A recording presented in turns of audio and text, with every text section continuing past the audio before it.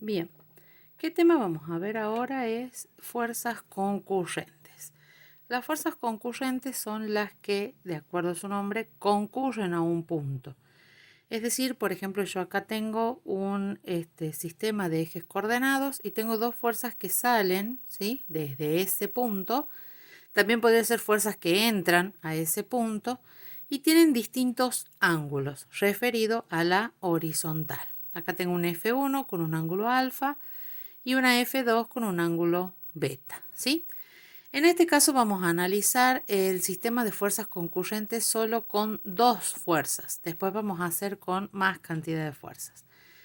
Nos fijemos cuáles son los métodos para resolver la resultante de fuerzas concurrentes cuando tenemos dos fuerzas. Tenemos acá el método del paralelogramo.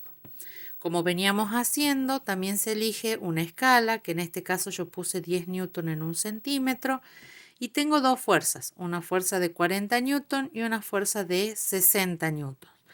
Y digo que hay un ángulo entre ellas de 70 grados, ¿sí? ¿Cómo se resuelve esto gráficamente? Lo que hacemos es, ubico un sistema de ejes coordenados y lo que hago es poner un semicírculo transportador. En este caso yo tengo una regla que tiene una escuadra, que tiene, a ver, pongamos así. Fíjense que tiene acá la graduación de ángulos, ¿sí?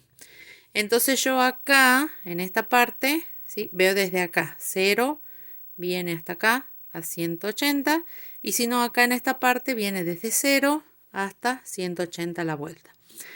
Entonces lo que hago es, coloco mi escuadra, en este caso, o semicírculo, fíjense justo en la línea que vertical y la horizontal, ahí tengo el 0, 0, ¿sí?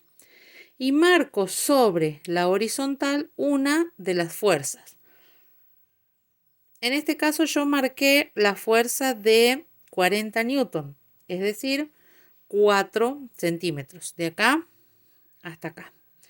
Fíjense, ahí voy a levantar un poquito, está marcada, da el brillo ahí, ahí creo que se ve mejor, ahí está, 4 centímetros, ¿sí? Y ahí tengo la fuerza F1. Y después, la fuerza F2, habíamos dicho que hay un ángulo de 70 grados, ¿sí?, entre ellas dos.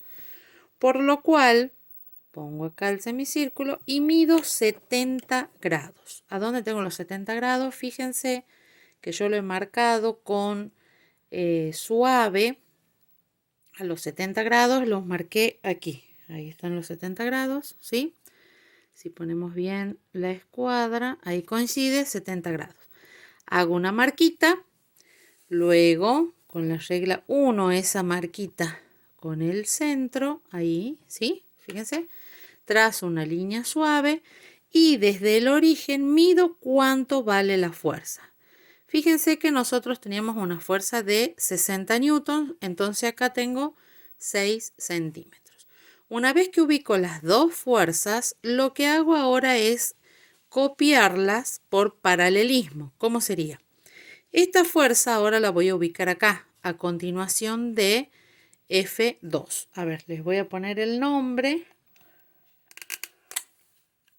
Esta sería F1, que es igual a 40 newton. Esta fuerza es F2, que es igual a 60 newton. Acá tenía un ángulo de 70 grados, ¿sí? Y lo que voy a hacer es, F1 era horizontal. Entonces me puedo parar acá y trazar una horizontal de 4 centímetros, ¿sí? Y después trazar otra recta aquí, ¿sí?, de 6 centímetros, como se ve acá, y que también tenga un ángulo de 70. ¿Cómo hago? Me paro acá a continuación de F1, mido los 70 grados, fíjense que lo hice yo acá, trazo una marquita, tiro una línea suave, ¿sí?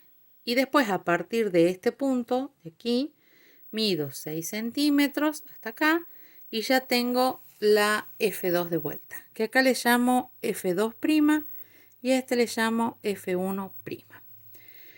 Cuando se unen estas fuerzas acá en un punto, ¿sí?, fíjense que me queda un paralelogramo. Uniendo el origen con el final, lo que obtengo es la resultante, que yo la voy a marcar acá con azul.